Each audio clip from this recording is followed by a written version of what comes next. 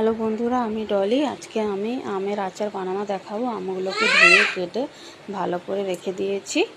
তারপরে এখন এগুলো মশলা যা যা লাগবে, শুকনো লঙ্কা লাগবে, গোটা সর্ষে লাগবে 2 বড় চামচ, পানমৌরি লাগবে 2 বড় চামচ,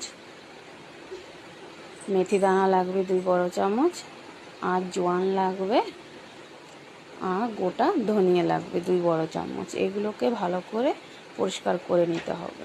পরিষ্কার হওয়ার পরে সাদা কড়াইয়ের মধ্যে শুকনো লঙ্কাগুলোকে ভেজে নেব ভালো করে।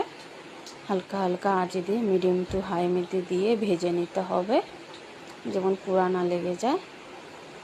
ওই কড়াইয়ে আমরা সর্ষে দিয়ে দিব,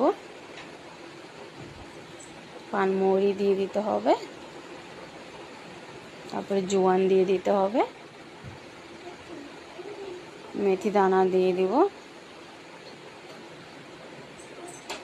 তারপরে ধনিয়া দিয়ে দিতে হবে।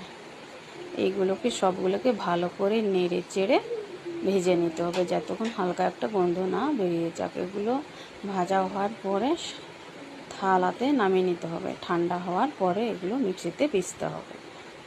তো বাকিটা পরে নাই দেখালাম বন্ধুরা। বাই।